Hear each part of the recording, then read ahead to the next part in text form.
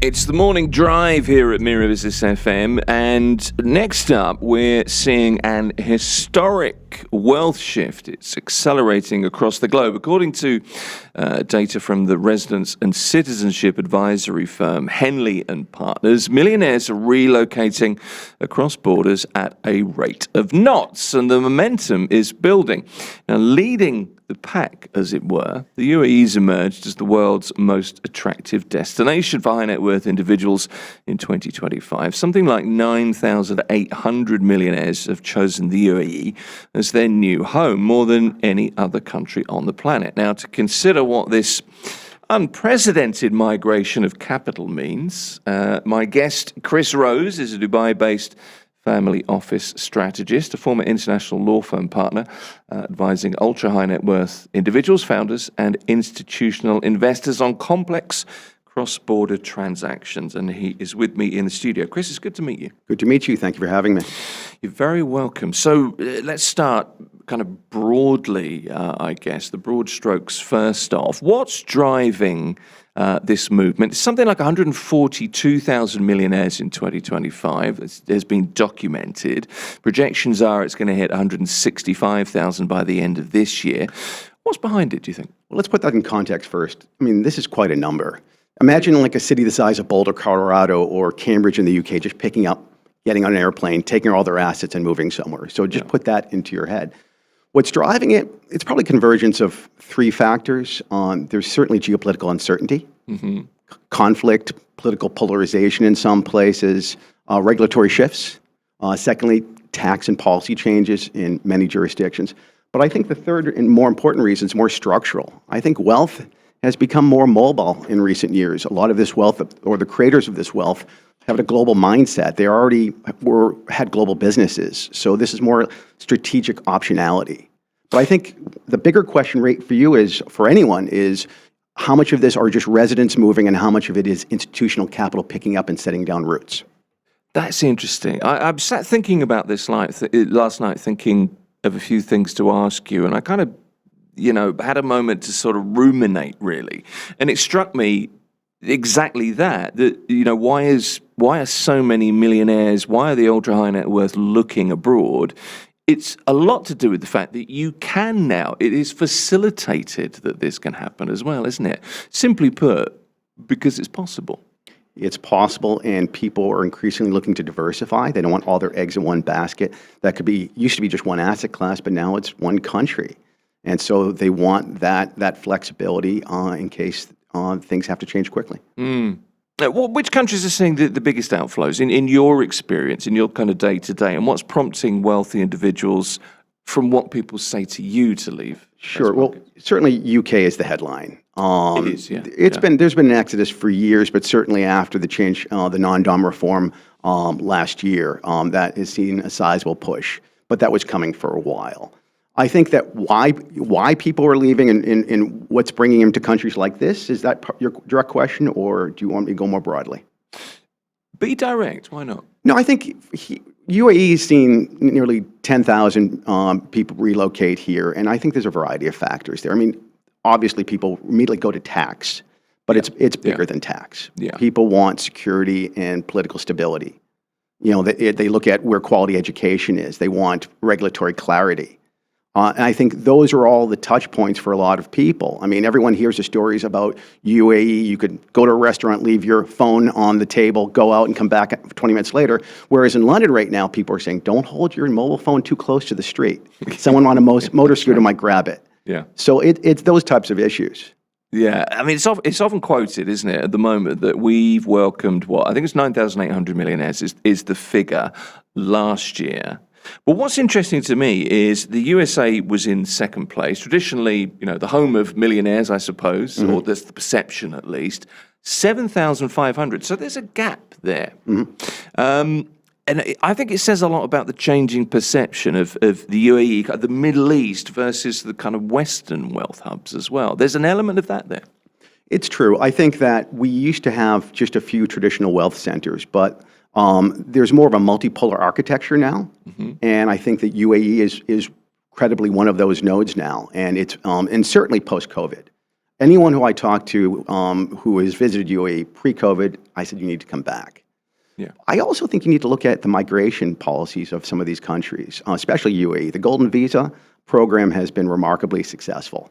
For example, I'm in a global organization. I'm on the global board of YPO, which is a worldwide organization of chief executive officers. We have a partnership with the government because YPO standards, to be a YPO member, you need to have a certain size business, you have to have a certain title, you have to have a certain number of employees.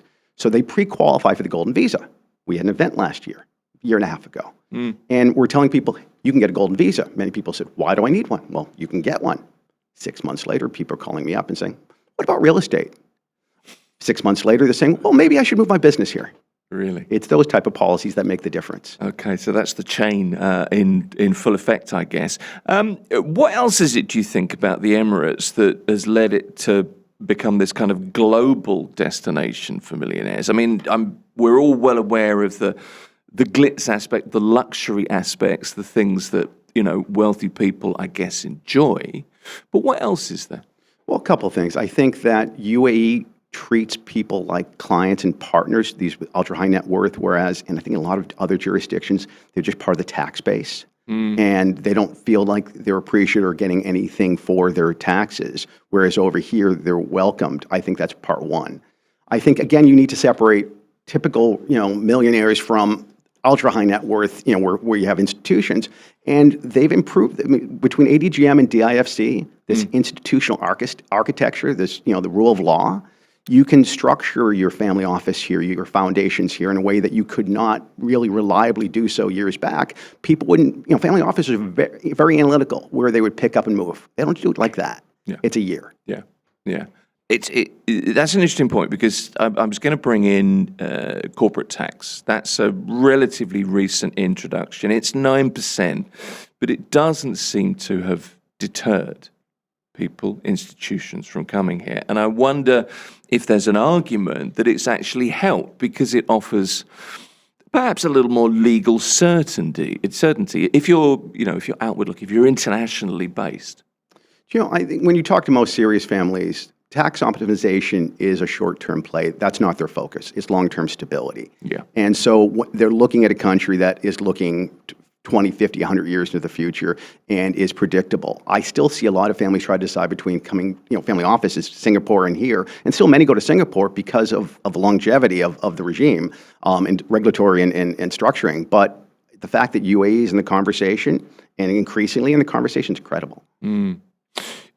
I'm crystallizing a few thoughts here. This will probably be a long, rambling question, but I will get to the point. Bear with me. So we're seeing inward migration from all sides, aren't we, at the moment? So context, by way of example, you mentioned the UK. Forecast to lose, let me get this right, 16,500 millionaires in 2025, collectively holding 66 billion pounds, which is what, 350 billion dirhams? It's around about there, 300 odd billion dirhams in liquid investable assets. So a hefty percentage of that wealth exodus, and it's just a part of that kind of tax flight from Europe, seems to have found a home here in the UAE. Then it's widely reported that India and China have seen significant outflows of high net worth individuals. So my question is, I'm getting there. How has the UAE positioned itself so successfully to be this kind of primary safe haven consideration for wealth from the Far East, but also the West? I mean, that's a trick. That's impressive. Location, location, location. Is it simple as that? I think that's a big part of it. I mean, we're in the midway point between Europe and Asia, I think, and that is a draw for many, many people. I think that when you're coming from Europe, ADGM and DIFC basically took English law, the common law, and stuck it there. So it's understandable to many. There's a large Indian population here, always has been. So I think it's partly that. It's a gateway between East and West, and I think that positioning has helped it dramatically. Let's do some ranking here, if I can ask you. How do tax policy, regulatory stability, safety, and also lifestyle rank in relocation decisions for people, do you think? Safety and political stability first. Right. I think then for families with children, education, and again, clarity on legislation, regulatory. I think tax is towards the end, at least for, again, more institutional families. As I said before, they value long-term stability, and that's what they'll put their bets on. Okay. It's more than just tax, the T word. I mean, you've said that a few times, and I would kind of echo that. Things like there's also legal reforms, secular laws for marriages, the clarity around inheritance positions are there as well. So how important are kind of social and legal changes compared to critical, incentives? because listen, if it was all about tax, we'd all be in the Caymans. I mean, these are all important aspects, and the fact that this is becoming it's a burgeoning global financial center. All of this gives you London, but with a warmer climate and certainly a better quality of life. I think that's a key part. I also think that families are deciding where to put their reputational capital, where they're going to be for generations. They're making long-term plays. Okay. We've got a couple of questions coming in from people listening and or watching now. Massimo was first in. Is the price increase we experience in Dubai related to the influx of millionaires? I'm worried that with the arrival of so many, Dubai just becomes more expensive. Well, I think that's always something. I was in England in 2001 when we saw that as well, and I think that you'll see in the ultra premium side of the market of real estate, and certainly education and premium education, long queues there. But I also think that the UAE government is consistently shown that they can react to demand and they can build quickly. For example, you don't have it's not as rigid as say San Francisco in terms of housing. So I think that you may see some overheating, but they're also increasing the GDP. The rising tide lifts all boats. You advise family offices, Chris. That's your day-to-day kind of bread and butter, isn't it? So talk me through from a family office perspective, the immediate legal, the governance, the structuring considerations that come into play when a client sits and says, "Look, I'm thinking of upping sticks here. I'm going to relocate." What's in my business, and I'm also a chair for Tiger 21, which is a global community of ultra-high net worth wealth creators. So I see this from a global perspective, not just here. Right. And so they go through analysis. If they are, it probably takes about a year to consider certainly the rule of law, where in the country where they're moving to, where the regulatory regime, the banking relationships. They want to set up foundations. They want to know that this will ensure multi-generational wealth transfers, so they're focused on succession type issues. And certainly, it's a lot about the structure. It's less about just picking up and coming here. It's a long-term structure play, which is why it makes it a bit stickier when they do choose to come there. I think it's Brenda was the next question. Let me just bring it up here. Your thoughts. I'm just wondering, is there a chance that salaries will increase because more rich people are coming? So that kind of links to a question I wanted to ask you. If it's right that 15% of migrating millionaires, this is the estimate that we're kind of talking about today, are entrepreneurs, it kind of leads me to the multiplier effect on the local economy in terms of high value job creation in tech or AI, luxury service, whatever these people are thinking of doing, or just plain old job creation as well, I suppose. So there's that aspect too. Sure. Again, you divide between individuals and family offices or institutions. On the individual side, you'll see knock-on effects on premium services, for example. Well, certainly. And again, as I said earlier, if people start moving the business here, they hire people. Yeah. In terms of family offices, it's building an ecosystem. That means you're a magnet for professional talent coming over here. So yes, you'll, as well as the people in the market, will be more in demand who cater to the financial service industry or related to family offices. But advisory, any of the advisory firms, others will certainly benefit from that shift.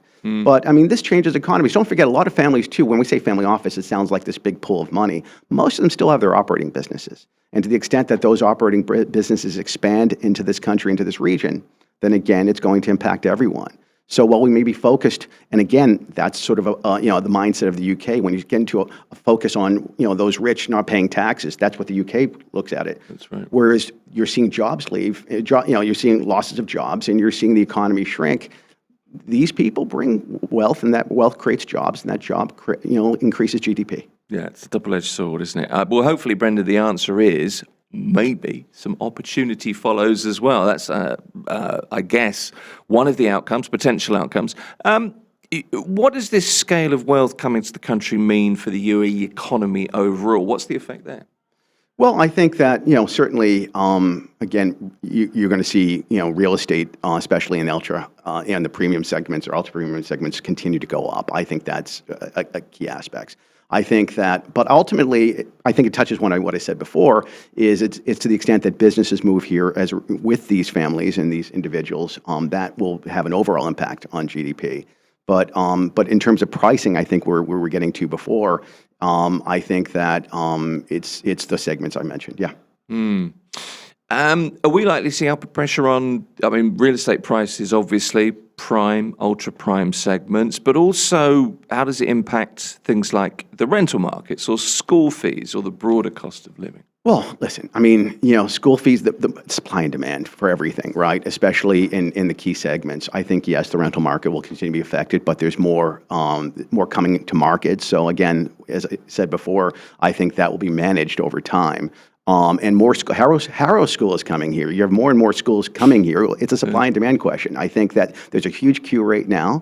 Ultimately, people will build more, bring more over here, and you'll reach an equilibrium. But in the short term, it's going to be, we say it often, it's kind of, from a UAE perspective, it's a nice problem to have. It's better than a lot of other places. Listen, I moved to 2001 to England. I felt the optimism and the energy.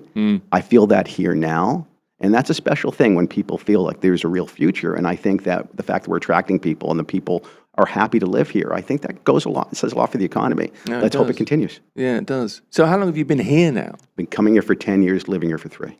Okay. And no thoughts of leaving yet, I guess? Not at all. Right. You'd have to pull me out.